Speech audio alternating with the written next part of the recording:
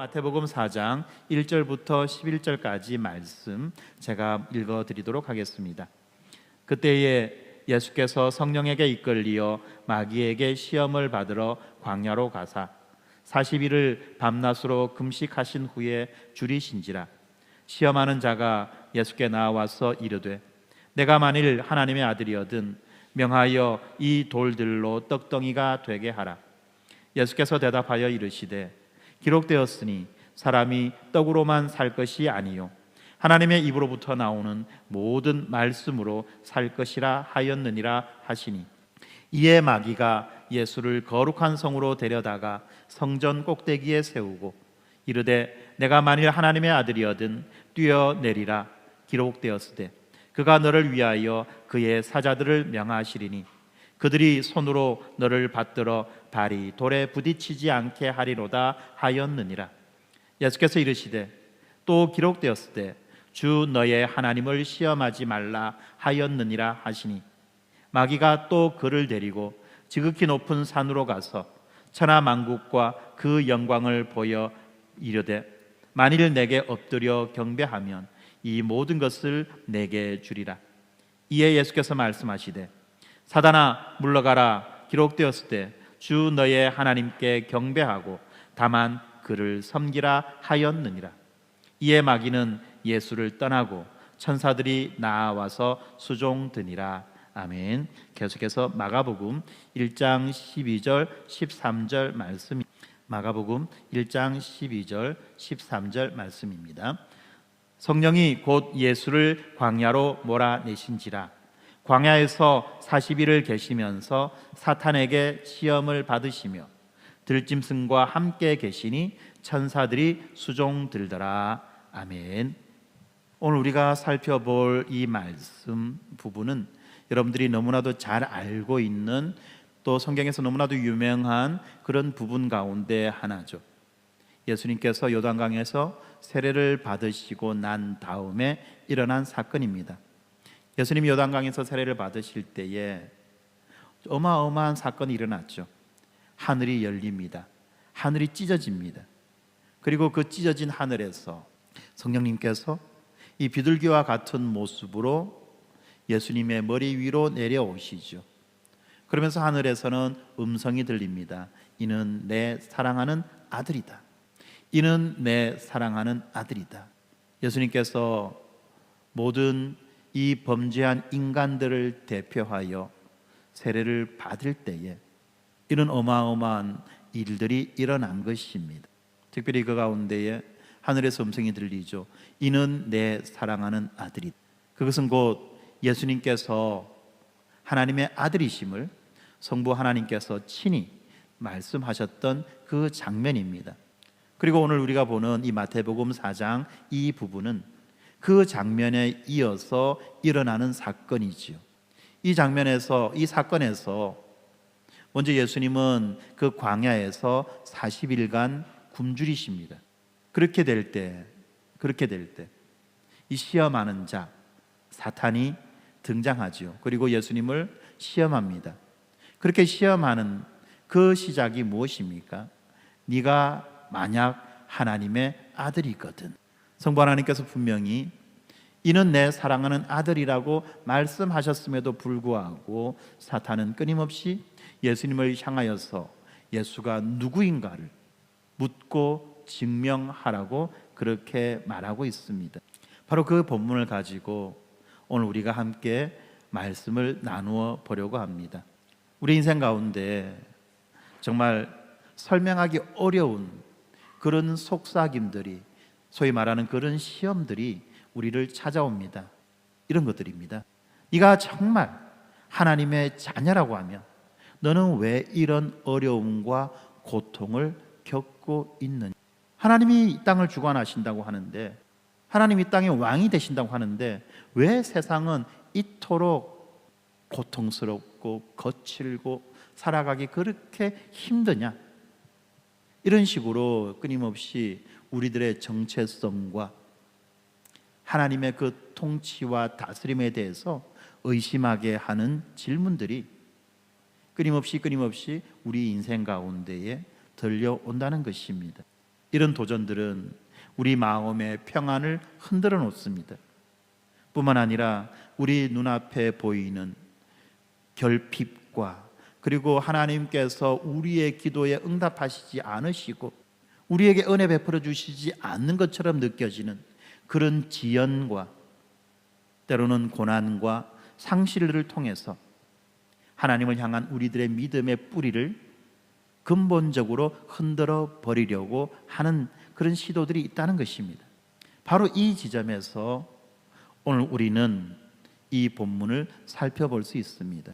이 본문은 그런 우리들을 지금 어디로 데리고 갑니까? 광야로 데리고 가고 있습니다. 성령께서 이끌리신 그 예수님께서 40일을 금식하고 난 다음에 마귀에게 시험을 받으십니다. 그 시험의 첫 마디, 정말 날카로운 비수와도 같은 그 첫 마디가 무엇입니까? 내가 만일 하나님의 아들이거든. 그렇죠. 네가 만일 하나님의 아들이라고 한다면, 이 말은 단순한 어떤 그런 능력을 검증하는 것이거나 또는 어떤 자기의 호기심을 풀기 위해서 하는 질문이 아니라는 거죠. 이 질문은 아버지와 아들의 관계를 근본적으로 흔드는 질문입니다.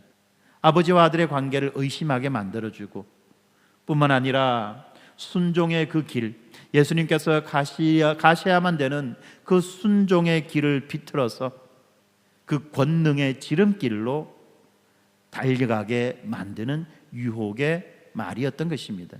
그런데 여기서 우리는 한 가지를 분명히 발견할 수 있습니다.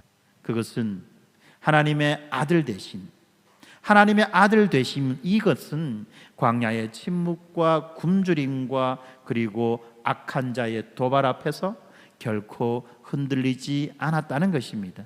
예수님은 이 능력을 과시하고 드러내는 어떤 이적이 아니라 아버지의 그 말씀에 대한 전적인 신뢰와 순종으로 자기가 누구인지를 드러내십니다.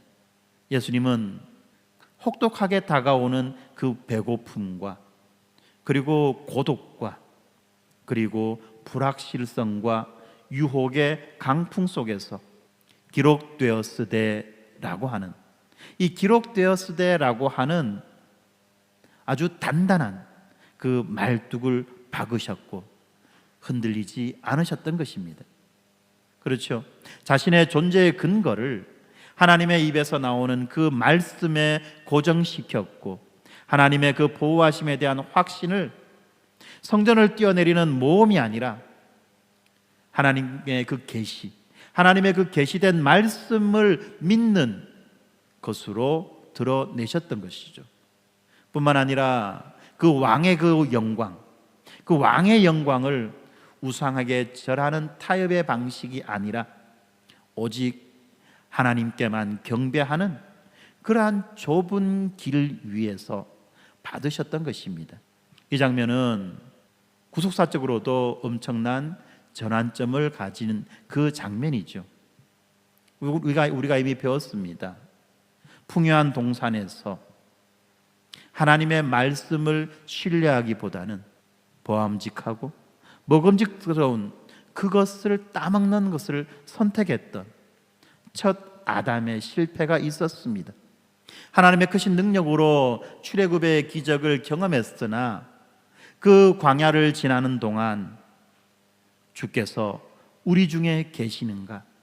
주님이 과연 우리를 돌보시기는 하는가라고 끊임없이 반문하며 시험에 빠졌던 그 이스라엘의 불신과, 그리고 또한 가나안에서 이 금송아지와 그 가나안 땅의 우상들 앞에 무너졌던 그 하나님의 언약 백성들의 그 역사, 이 모든 실패의 자리를 예수님이 극복하셨던 것입니다. 그리고 이제 하나님의 아들, 마지막 아담, 참 이스라엘로서 완전한 순종을 이루시는 장면이 바로 오늘 우리가 살펴보는 이 장면이라는 것입니다. 그렇기 때문에 이 광야에서 거두신 그 예수님의 승리는 언약의 대표로서 우리를 대표하고 우리를 대신한 승리라는 것입니다.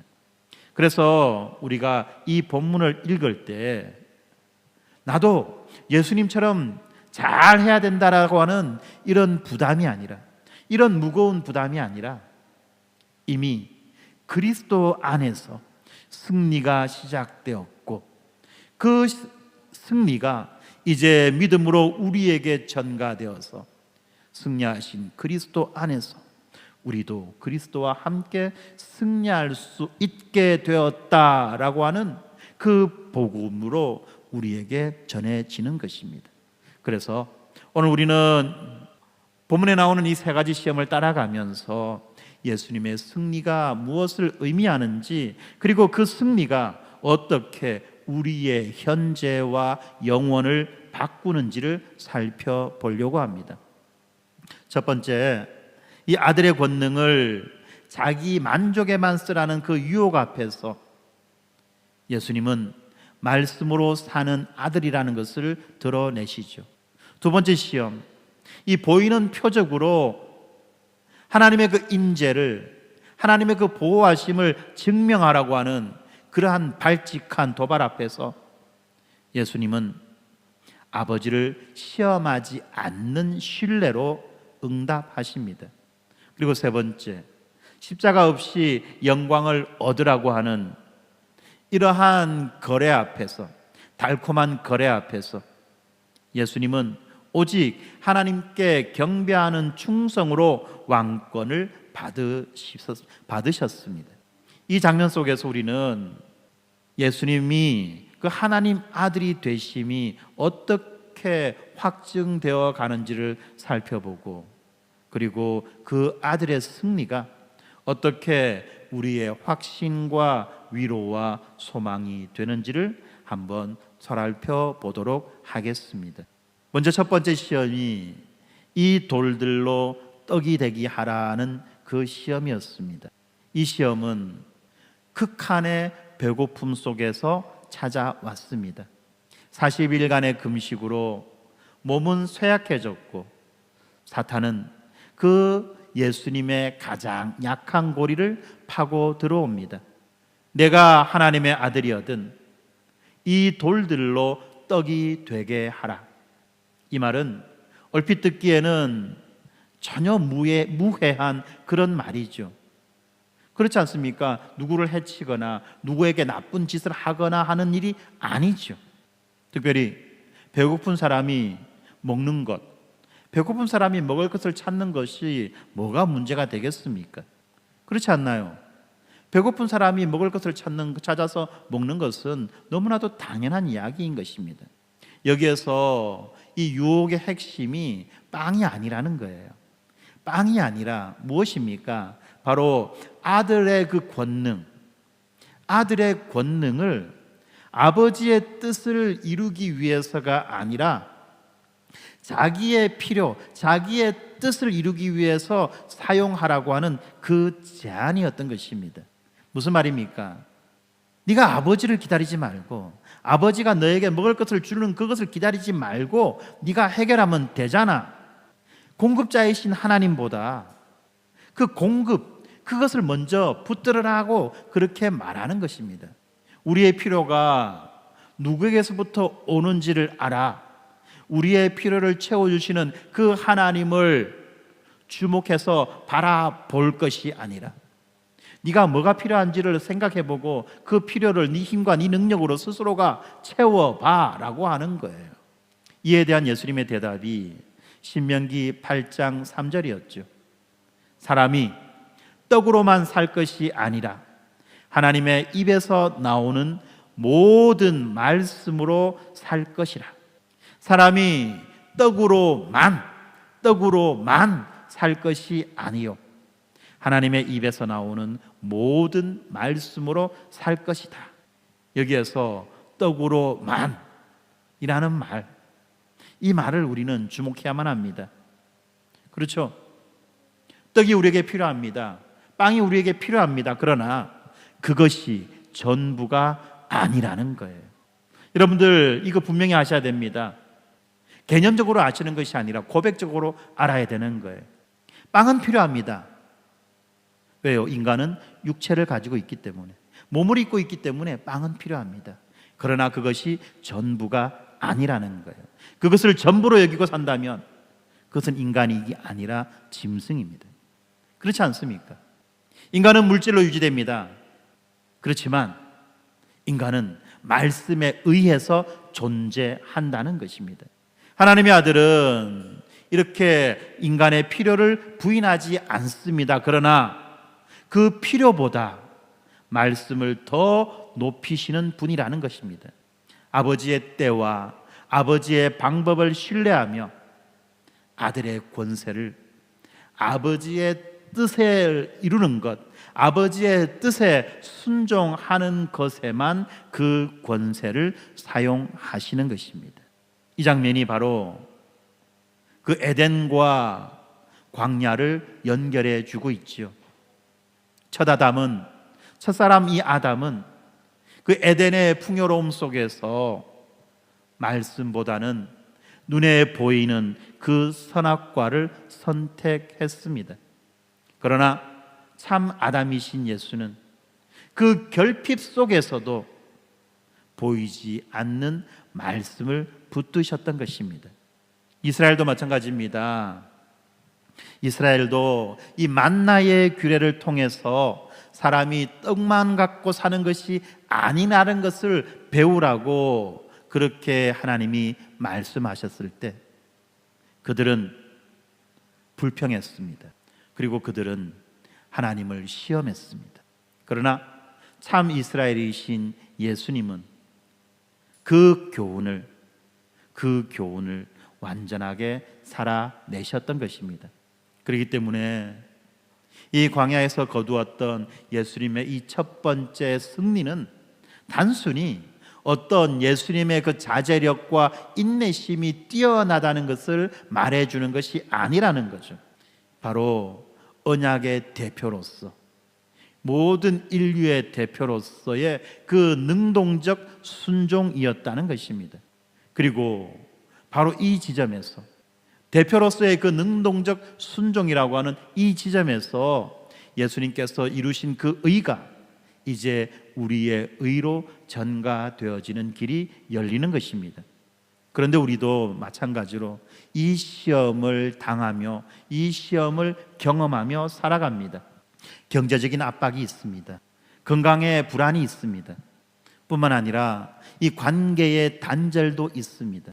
이런 현실의 결핍과 배고픔이 깊어지면 깊어질수록 우리는 빵이 곧 생명이라는, 목구멍이 포도청이라고 하는 이런 거짓된 가르침에 쉽게 쏘가 넘어갑니다. 그러면서 그와 동시에 우리 신앙의 척도를 즉각적인 해결로 평가하라는 그런 유혹이 밀려 들어옵니다. 무슨 말입니까? 하나님이 살아계시다면 당장 채워줘야지. 왜 이렇게 우리를 고생하게 하고 왜 이런 식으로 우리를 내버려 두는 거야? 라는 것입니다. 그런데 여러분, 하나님은요, 그 자동 판매기가 아니에요. 기도라고 하는 것, 동전을 넣고 내가 요구하는 것에 버튼을 누르면 내가 요구한 것이 바로 탁 하고 떨어지는 그런 자동 판매기가 아니라는 사실, 우리는 알아야만 합니다. 하나님은 우리의 필요를 모르시는 분이 아닙니다. 그런데 그 필요보다는 더 중요한 우리의 존재를 알고 다루시는 아버지시라는 것입니다. 그래서 때로는 이 결핍 속에서도 말씀으로 살아가는 방법을 하나님은 우리들에게 가르쳐 주십니다. 그렇다면 우리는 어떻게 이러한 유혹을 이길 수 있겠습니까? 첫 번째로는 우리는 말씀을 일용할 양식으로 삼아야만 합니다. 하루 한 장, 아니 적어도 하루에 한 단락이라도 기록되었으되 라고 하는 이 마음에다가 우리는 쌓아가야만 하는 것입니다. 그렇게 될 때 이 말씀이 우리 안에서 역사하는 것입니다. 필요가 닥칠 때마다 이 말씀을 꺼내어서 씹을 수가 있게 되는 것입니다. 두 번째로, 우리의 기도로서 우리가 하나님을 의존하고 있음을 고백해야만 합니다. 무슨 말입니까? 아버지, 제 능력으로 돌을 떡으로 만들지 않겠습니다. 주의 말씀으로 저를 살려주십시오 라고 고백하는 거죠. 그리고 세 번째로는 정직한 수고와 공동체의 도움을 구하는 것입니다. 하나님은 말씀과 더불어서 이 수고와 교제라고 하는 이러한 평범한 방법들을 통해서 우리들의 필요를 채워 가시는 것이죠. 그렇기 때문에 우리는 정직하게 수고해야만 하는 것입니다. 많은 것을 얻고 많은 것을 벌기 위해서가 부정한 것을 행하는 것이 아니라 정직한 수고, 뿐만 아니라 때로는 어떻습니까? 공동체의 도움을 구하는 거예요. 공동체가 더불어서 함께 살아가는 거예요. 여기에 바로 우리가 어떤 존재냐가 드러나는 것 아니겠습니까? 네 번째입니다. 감사의 훈련을 통해서 우리 안에 날마다 일어나는 그 탐욕의 불을 꺼야만 하는 것입니다. 어떻게 해요? 작은 공급에도 이것으로 충분합니다라고 고백하는 거죠. 하나님이 나에게 주시는 그 작은 것들에 대해서도 우리가 만족할 줄 알고 우리가 감사할 줄 아는 것입니다. 그렇게 될 때 빵이 우상이 되지 않습니다. 그러나 그 작은 공급에 만족하지 못하고 그 작은 공급 때문에 더 큰 결핍을 느끼게 된다면 우리는 영원히 빵을 우상으로 섬기며 살아갈 수밖에 없게 되는 것입니다. 여기서 중요한 것이 있습니다. 중요한 것은 우리가 이러한 네 가지의 일들을 완벽하게 해내야만이 되는 것이 아니죠. 이 네 가지를 완벽하게 해야지만이 우리가 유혹에서 승리할 수 있는 것이 아니라는 거예요. 왜요? 이미 예수님이 말씀으로 사는 이들의 승리를, 말씀으로 살아가는 그 아들로서의 그 승리를 우리 대신 이루셨기 때문에 그렇습니다. 그분의 승리가 우리에게 전가되었기 때문에 때로 우리는 넘어진다 할지라도 우리는 소망을 잃지 않는 것입니다. 그래서 우리가 이렇게 네 가지 방법, 말씀과 기도와 정직한 수고와 공동체와 함께 살아가는 것, 이러한 것들 뿐만 아니라 감사, 이러한 것들을 통해서 우리가 살아가는데, 이렇게 살아가다가 때로는 넘어질 때가 있어요. 그럴 때 우리가 다시 회개하고 다시 그 말씀을 붙들게 될 때 하나님께서는 예수 그리스도의 공로 때문에 우리를 일으켜 세워주시는 것입니다. 그리하여 광야 한복판에서 떡만이 아니다, 떡만이 아니다, 말씀이다, 말씀이다, 이것을 선언하신 하나님의 아들, 그분 안에서 우리는 오늘을 살아가는 것입니다. 두 번째 시험, 성전 꼭대기에서 뛰어내리라고 하는 이 시험은 어떻게 보면 보이는 유혹이에요. 믿음처럼 보이는 유혹의 시험입니다. 사탄은 시편 91편을 인용해서 네가 뛰어내리면 천사들이 너를 붙들어서 네 발이 다치지 않도록 그렇게 하나님이 너를 보호하실 것이다 라고 말하죠. 천사들이 너를 붙들 것이다. 하나님의 그 보호하심의 증거를 스스로 만들어 보라고 그렇게 말합니다. 네가 그렇게 뛰어내려가지고 하나님이 너를 보호하지 않으면 안 되는 그런 상황을 만들어서 사람들에게 보여줘봐. 그러면 사람들은 너를 하나님의 아들이라고 인정할 거야 라는 거죠. 네가 하나님의 아들이라면 하늘이 즉시 반응하지 않겠어? 라는 말입니다. 그런데 여러분, 이것은 신앙의 모험이 아닙니다. 이건 신앙의 모험이 아니라 오히려 만용이고 또한 불신입니다. 다시 말하면 하나님을 신뢰하는 행위가 아니라 하나님을 가지고 그냥 흔들어보는, 하나님을 가지고 흔들어보는 그런 태도라는 것입니다. 다시 말하면 하나님을 그 심판석이 아니라 피고의 자리로 끌어내려서 자기가 그 하나님을 검증해 보겠다라고 하는 그런 태도라는 것입니다. 그러한 태도에 대한 예수님의 대답은 신명기 6장 16절 주 너의 하나님을 시험하지 말라였습니다. 그렇죠? 하나님은 증명되어야지만이 사랑할 수 있는 존재가 아니라는 것입니다. 우리가 신뢰를 통해서 비로소 알게 되는 인격체라는 것이에요. 하나님이 우리를 사랑하신다는 것을 증명하고 하나님이 살아계신다는 것을 증명해야지만이 우리가 그 하나님을 사랑할 수 있게 되는 그런 존재가 아니라는 거예요. 먼저 우리가 하나님을 신뢰하게 될 때, 비로소 알게 되는 인격이라는 것입니다. 이게 인격적 관계예요. 인격적 관계. 아버지와 아들의 관계는 어떤 표적이나 기적을 요구하는 그런 조건부 계약이 아니라는 거죠. 말씀과 약속에 기초한 언약이 바로 아버지와 아들의 관계라는 것입니다. 그렇지 않습니까? 육신의 부모가 자녀들에게 무언가를 해줘야지만이 부모지, 해주지 못하면 부모가 아닌 것은 아니지 않습니까?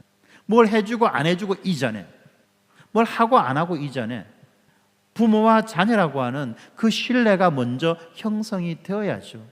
그렇지 않나요? 인격이라는 거예요. 그렇기 때문에 예수님은 이 성전에서 뛰어내리려는 그러한 화려한 퍼포먼스와 그리고 그 이어지는 그 또한 기적, 표적 이런 것 대신 보이지 않아도 여전히 계시는 그 하나님을 신뢰하고 붙들었던 것입니다.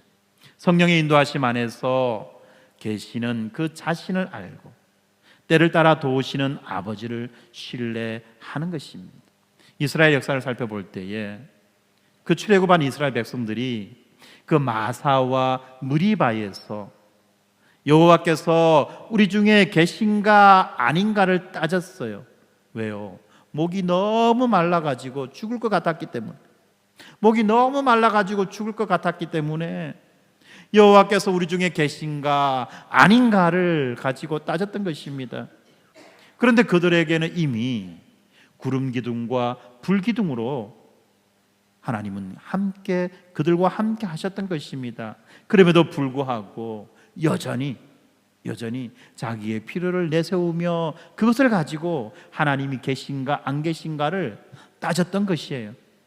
그런데 참 이스라엘이신 예수님은 이스라엘이 실패한 그 자리에서 하나님을 시험하기를 거부하고 하나님을 신뢰하는 것을 선택하였습니다. 그래서 이 시편 91편을 사탄이 오용했을 때 주님은 바르게 설명해 주시죠. 이 표적의 약속은 자기 과시와 무모함을 보증하는 면허가 아니라는 거예요. 하나님의 그 기적의 약속은 그 발끝이 상하지 않게 해주시겠다는 그 약속은 자기를 과시하기 위해서 자기의 무모함을 보증해주는 그런 면허가 아니라 사명의 길에서 다시 말하면 하나님의 뜻에 순종하며 살아갈 때 하나님께서 필요하실 때 주시는 보호하심의 약속이라는 것입니다. 아무 데서나 쓰는 게 아니라는 거예요. 우리도 비슷한 시험을 받습니다. 기도의 응답이 지연될 때. 그런데 어떻습니까? 기도를 했어요. 그런데 응답이 즉각적으로 이루어지지 않아요. 병을 낫게 해달라고 기도했습니다. 그런데 병이 안 나아요. 일이 잘 되게 해달라고 기도했습니다. 그런데 일이 꼬여요. 그럴 때 우리는 어떡합니까? 하나님이 정말 우리와 함께 하신다면, 나와 함께 하신다면 하나님 이것 정도는 들어주셔야 되지 않겠습니까? 라고 하나님께 최후 통첩을 보냅니다. 그러면서 말하죠. 내가 이 정도 했는데, 내가 이렇게나 했는데 하나님 양심이 있어야죠. 뭔가 보상해 줘야 안 되겠습니까? 라고 하는 거예요. 그런데 여러분, 우리는 이런 식으로 하나님과 거래해서는 안 되는 것입니다. 하나님이 우리가 내민 그 청구서에 결제 사인해 주시는 분이 아니라는 거예요. 하나님은 우리의 기도의 응답과 우리 문제의 해결과 상관없이 이미 임마누엘로 우리 가운데 오셨습니다. 그리고 십자가와 부활을 통해서 우리와 영원히 함께 하시겠다는 것을 보증하셨습니다. 이 십자가와 부활의 약속, 이것은 우리에게 보이지 않아도, 우리가 느끼지 못해도 이 약속은 사실이죠. 그렇기 때문에 우리는 어떻게 이러한 시험을 이길 수 있겠습니까? 첫 번째는 말씀으로 이 감정의 파도를 해석해야만 합니다. 감정, 우리의 느낌, 감정, 기분, 이거는요 파도처럼 출렁거리면서 우리에게 밀려오지요. 그러다 보니까 어떻습니까? 우리는 자기의 그 감정의 변화를 객관적 사실의 변화로 잘못 오해할 때가 많다는 것입니다. 그러다 보니까 느낌의 결핍을 진리의 결핍으로 오해하는 경우가 있어요. 그렇기 때문에 우리는 주께서 함께 하신다라고 하는 이 말씀을 우리 가슴에 깊이 새겨야만 하는 것입니다. 날마다 날마다 매 순간순간 주님이 나와 함께 하신다는 사실을 기억해야만 하는 것입니다. 그리고 두 번째로는 문제로 인한, 고통으로 인한, 아픔으로 인한 그 탄식의 기도와 함께 하나님을 신뢰하는 신뢰의 고백을 드려야만 하는 것입니다. 우리가 보는 많은 시편이 그렇습니다. 시편의 기자들은 어떤 고통 가운데, 슬픔 가운데, 아픔 가운데 하나님 앞에 울부짖어요. 그러나 그 시편의 대부분은 어떻게 끝납니까? 그럼에도 불구하고 나는 하나님을 신뢰합니다, 내가 신뢰하는 하나님을 찬양합니다로 끝나는 거죠. 그렇기 때문에 우리도 마찬가지입니다. 하나님, 왜 내 인생 가운데 개입해 주시지 않으시고 그렇게 침묵하시고 그렇게 숨어 계십니까? 라고 질문하지만 그럼에도 불구하고 나는 주님을 의지합니다 라고 고백해야 할 것입니다. 그리고 세 번째로는 어떤 이 표적과 기적의 중독, 이것을 경계해야만 합니다. 표적과 기적의 중독이 뭡니까? 하나님의 응답이 반드시 눈에 보이는 가시적인 결과로 드러나는 것, 아주 희귀한 현상으로 나타나는 것, 이런 것들 아닙니까? 그런 것이 있을 때 비로소 하나님이 함께하네, 그런 것이 없으면 하나님이 내 기도 안 들으셨네 라는 식으로 단순하게 판단하는 것을 말합니다. 표적을 무시하는 거 아니에요. 부정하는 거 아닙니다. 그런데 이 표적은 우리의 믿음을 돕기도 하지만 잘못 의존하면 어떤 일이 일어납니까? 하나님보다도 그 표적과 이적과 기사를 더 사랑하게 되는 이상한 일들이 일어난다는 것입니다. 이것을 조심하라는 겁니다. 그리고 네 번째로, 항상 우리는 교회적 존재임을 잊지 말고 공동체와 함께 동행해야만 하는 것입니다. 혼자 걷는 이 광야길은 멀고도 험한 길이 됩니다. 우리가 함께 말씀을 붙잡고 서로의 믿음을 붙들어주는 그런 공동체로서 이 광야의 길을 우리는 건너가야만 합니다. 여러분 기억하시기 바랍니다. 우리는 신뢰가 흔들려서 어떤 증거를 보여달라고 하나님께 쏘아 붙였지만, 그렇게 의심했지만 예수님은 단 한 번도 아버지를 시험하지 않으셨다는 사실을 기억해야만 합니다. 그리고 그 예수님의 하나님을 향한 완전한 신뢰는 우리들의 이 불신을 덮어줍니다. 예수님의 아들 되심이 우리의 양자됨을 더 굳건하게 해준다는 말입니다. 그래서 우리는 이 실패의 자리에서 다시금 신뢰의 자리로 돌아올 수 있는 것입니다. 그래서 우리는 이렇게 고백하지요. 주님, 보이지 않아도 주님의 약속을 의지하겠습니다. 하나님의 아들 예수께서는 하나님이 계시지 않는 것과 같은 그 광야에서도 하나님 아버지를 신뢰하셨습니다.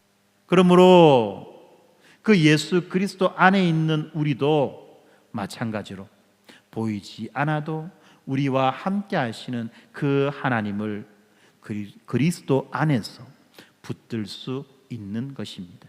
세 번째 시험, 내게 경배하면 이 모든 영광, 이 천하의 모든 영광을 너에게 주겠다는 이 시험이 있었죠.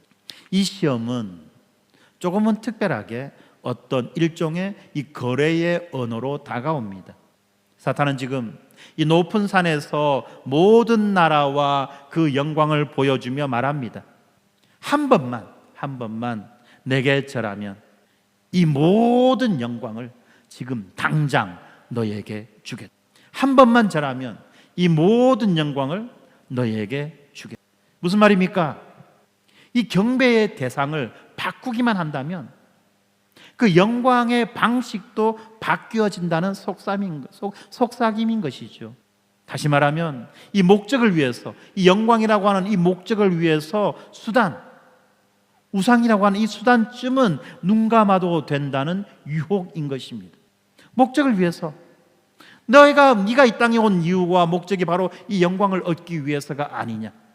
네가 이 땅에 온 이유가 바로 이 영광을 얻기 위해서인데 굳이 어렵고 먼 길 돌아가지 말고 쉽고 간단한 길이 여기 한 번만 절하면 된다 라는 거죠. 우리들은 유혹받지 않습니까? 목적을 위해서 수단은 어떻게 해도 상관없다는 것입니다. 거기에다가 이 유혹은 특별히 이 메시아로 오신 예수 그리스도의 그 사명의 핵심을 겨냥하고 있죠. 예수님은 이 땅 가운데 영광 받으시기 위해 오셨어요. 그러나 그 영광이 어떤 방식으로 예수님은 받게 되십니까?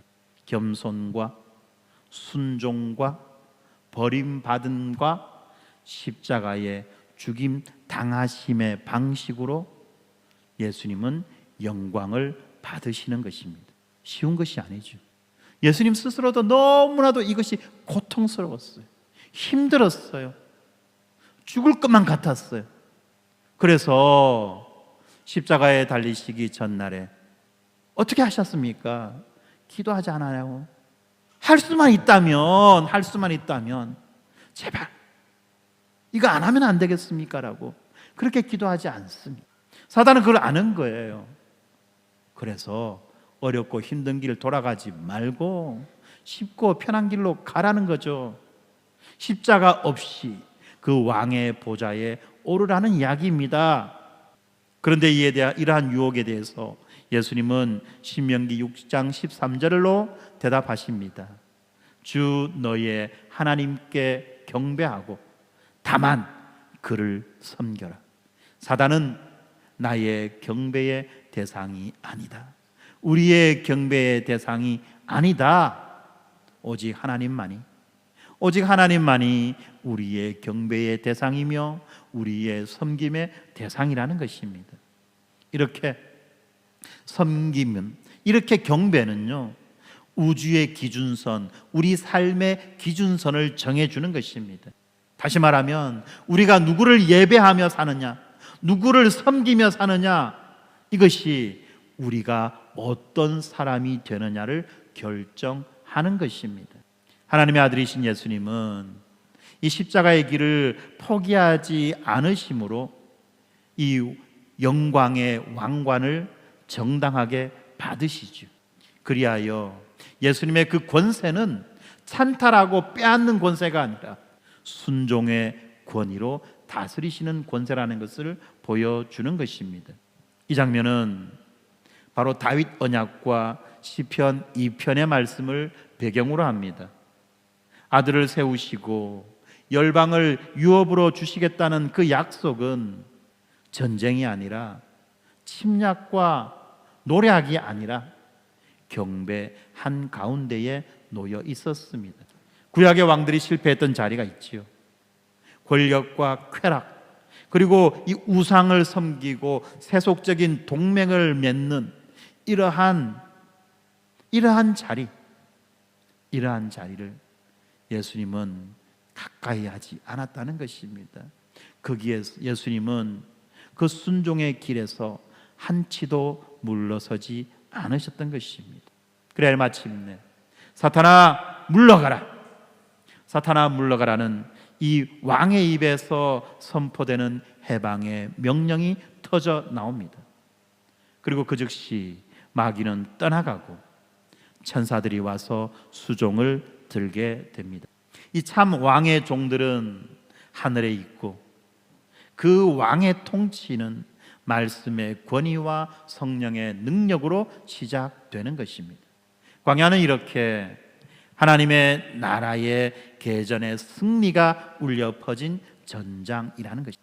여러분, 우리들의 현실에 이런 시험들이 어떤 형태로 다가오고 있습니까?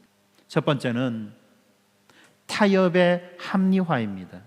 우리가 하는 이 타협, 하나님의 뜻이 아닌 것과의 그 타협, 이것을 우리는 늘 합리화시키며 살아간다는 것입니다. 내가 신자로서, 내가 이 교회의 정회원으로서 어떻게 살아가야 되는지는 내가 이미 분명히 배웠고 알고 있지만, 그럼에도 불구하고 100만 가지의 그 타협의 핑곗거리, 이것을 가지고 자기 스스로를 합리화시켜 나가는 것입니다. 조금만 구부리면 모두가 편한 거 아니냐? 조금만 눈 감으면 좀 더 편해질 수 있는 거 아니냐라는 식으로 유혹하고, 그러다 보니까 정직 대신은 편의를 취하고, 정의 대신은 유리함을 취하고, 경건 대신은 어떤 이미지를 얻으라고 그렇게 수없이 우리들에게 속삭이고 있습니다. 우리는 이 한 번만 절하라고 하는 이 요구를 일터와 가정과 그리고 인간관계 속에서 수없이 듣고 있지 않습니까? 두 번째로 성공의 신격화입니다. 성공하는 것, 어떤 성취와 인정이 하나님의 자리를 대체하게 될 때, 그때 우리의 예배는 아무것도 아닌 텅 빈 껍데기만 남게 되는 것입니다. 그리고 세 번째로는 어떤 영광의 조급함이죠. 조급하게 쉽게 영광을 얻으려고 하는 것입니다. 십자가를 피하고 싶은 마음, 십자가를 삥 둘러서 돌아가고 싶어하는 그 마음, 고난을 피하려고 하는 그 본능이 우리의 마땅한 그 경배의 대상을, 예배의 대상을 슬그머니 바꾸어 버린다는 것입니다. 그러면 어떻게 하면 이런 유혹을 이길 수 있겠습니까? 먼저 우리는 우리의 예배가 회복되어야만 합니다. 우리 삶의 중심, 우리의 일주일의 그 중심을 예배에다 두고 우리의 삶의 중심을 하나님께 두는 것입니다. 그리하여 우리의 그 스케줄이 예배를 밀어내지 못하게 하라는 것입니다. 예배는 우리가 지켜야 되는 마지노선이라는 거예요. 그리고 또한 정직의 실천입니다. 특별히 작은 것에서부터 우리는 진실해야만 할 것입니다. 하나님의 영광은 이러한 정직의 토양 안에서만 자라게 되는 것입니다. 세 번째는 우리가 드리는 훈련을 해야만 합니다. 드려야 돼요. 그렇지 않습니까? 고백한다면 하나님이 나의 주님이십니다, 내 인생의 주님이십니다라고 고백한다면 그 주님께 것을 마땅히 주님께 돌려드리는 거죠. 시간을 돌려드립니다. 물질을 돌려드립니다. 그러면서 주님이 나의 주인이십니다 라고 하는 것을 우리의 몸으로 고백해야만 하는 것입니다. 그리고 십자가의 순종이 필요합니다. 불이익이 따르더라도 의를 선택하는 거죠. 그런데 여러분, 이렇게 손해처럼 보이는 길이 결국은 영광의 길이라는 것을 우리는 알고 있지 않습니까? 그것을 믿어야만 합니다. 그리고 또한 거절할 것을 거절할 줄 알아야 되는 거죠. 유혹 앞에서 우리는 그 유혹에 휩쓸릴 것이 아니라 거절해야만 할 것입니다. 예수님처럼 사탄아 물러가라, 나는 주 하나님만 경배하고 그만 섬긴다 라고 유혹을 거절해야만 합니다. 끝으로 한 가지 더 기억합시다. 우리가 때로는 타협했고 때로는 쉽고 편하게 영광을 취하려고 했으며 때로는 우상을 허용했던 죄가 우리에게 있습니다. 그럼에도 불구하고 예수님의 그 순전한 경배, 예수님의 그 완전한 그 예배가 우리들의 이러한 연약함과 부족함을 덮어준다는 사실을 여러분들 기억하셔야만 합니다. 예수님의 그 충성이 우리의 배신을 대신 갚아주셨습니다. 십자가가 바로 그 증거입니다. 그렇기 때문에 우리는 우리의 삶을 하나님 앞에서 회개하고 돌이켜야만 합니다. 이렇게 회개는 부끄러움의 감옥이 아니라 바로 왕의 품으로, 아버지의 품으로 돌아오는 길이라는 것을 우리는 기억합시다. 그래서 이 예배의 대상이 바르게 서게 되면 우리들의 삶의 질서도 제자리를 찾게 될 것입니다. 오직 하나님께 경배하는 그 아들의 충성이 오늘 우리의 예배와 우리의 일상 속에 새 힘을 부어줄 것입니다. 이제 말씀을 마무리합니다. 예수님께서는 이 광야에서 있었던 이 세 번의 시험을 한 목소리로 외치셨습니다. 이기셨습니다. 네가 만일 하나님의 아들이었든, 네가 만일 하나님의 아들이었든. 그때 예수님은 이러한 유혹과 시험을 모두 하나님의 말씀과 하나님을 향한 신뢰와 하나님을 향한 예배로 응답하셨죠. 하나님의 아들 되심을 이적과 능력을 과시함을 통해서가 아니라 하나님의 그 약속에 대한 순종으로서 확증하셨습니다. 그 결과 마귀는 떠나갔고 천사들이 수종 들게 되었습니다. 이제는 하늘도 땅도 사탄도 그 누구도 누가 하나님의 아들이신지를 분명히 알게 되었습니다.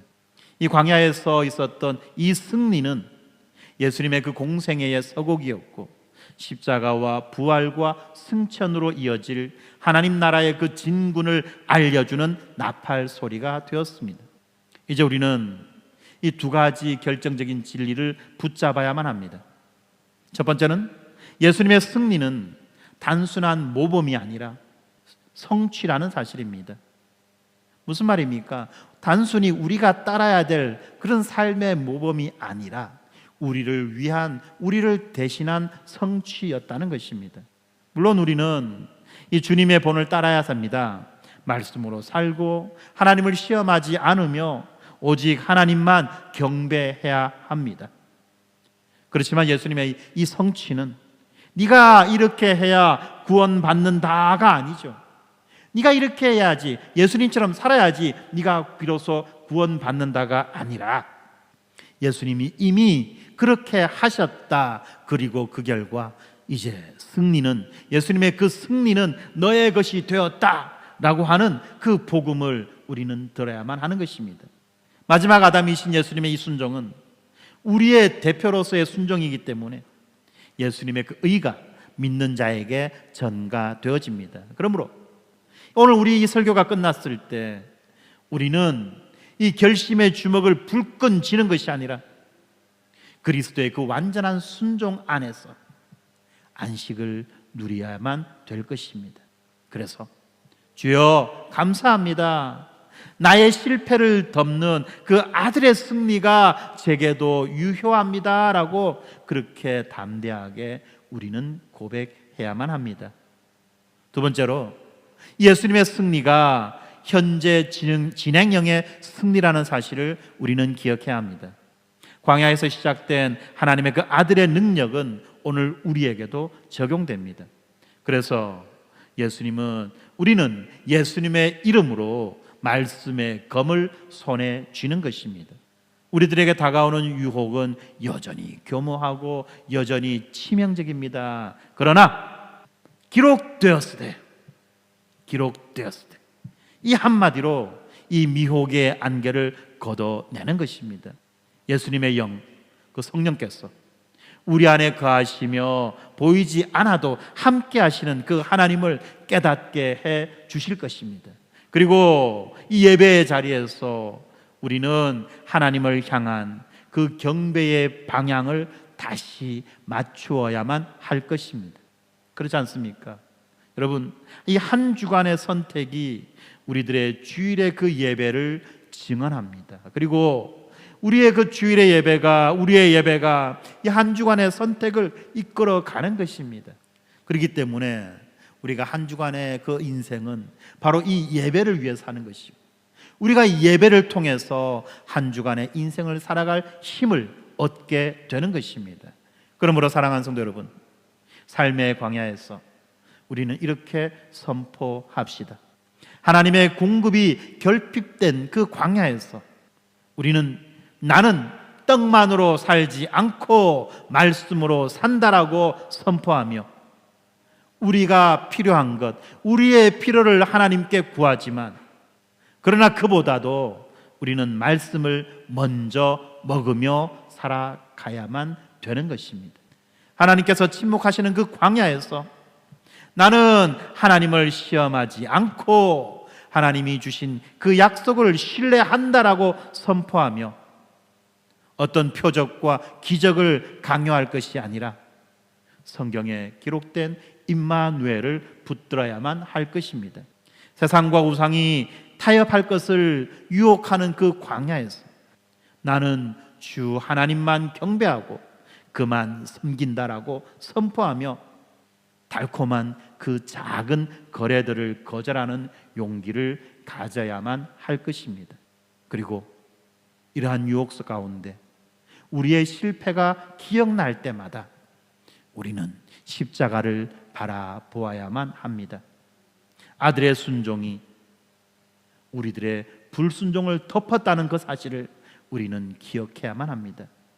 아들의 신뢰가 우리들의 그 의심을 품어주었습니다.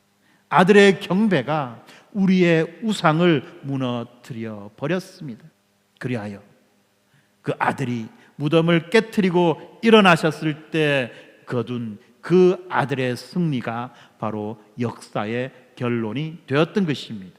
부활하신 예수님이 하늘과 땅의 모든 권세를 내게 주셨으니라고 선언하셨던 그 왕이, 그 하나님의 아들이 지금 우리와 함께 계신다는 그 사실을 우리는 믿어야만 합니다. 이제 여러분의 그 자리에서 이 한마디를 마음에 새기시면 좋겠습니다. 나의 주 예수님은 하나님의 아들이시다. 그분이 나와 함께 하시니 내가 걷는 이 광야도 지나갈 것이며 나는 그분 안에서 반드시 이길 것입니다. 아들의 승리가 오늘의 여러분의 오늘과 내일과 영원의 위로와 소망이 되기를 주님의 이름으로 축복합니다. 아멘. 이 시간 오늘 우리에게 주신 이 말씀을 기억하고 이 말씀을 붙잡고 함께 기도합시다. 세상은 끊임없이 우리를 향하여 또 예수 그리스도를 향하여 네가 만약 하나님의 아들이었든 이라고 유혹합니다. 우리는 수많은 그 유혹 속에서 무너지고 넘어지고 실패하고 실수했습니다. 그러나 우리의 대표이신 예수 그리스도는 이 모든 시험을 완전히 이기셨고, 그리고 마침내 사탄을 물리치셨습니다. 예수님의 그 승리가 이제 믿음으로 예수 그리스도와 연합된 그 안에 거하는 우리에게 전가되었고, 그리하여 예수의 그 승리가 우리의 승리가 되었으며, 이제 우리는 예수 그리스도 안에서 이러한 유혹과 시험과 맞서 싸우며 이겨 나갈 수 있게 되었습니다. 그러므로 우리에게 날마다 은밀하게 달콤하게 다가오는 각양의 유혹과 시험 앞에서 우리가 마땅히 취해야 할 바를 취할 수 있는 분별력을 가지고 날마다 승리를 거두며 살아가야만 할 것입니다. 하지만 여전히 우리의 힘은 부족하고 여전히 우리의 의지는 연약합니다.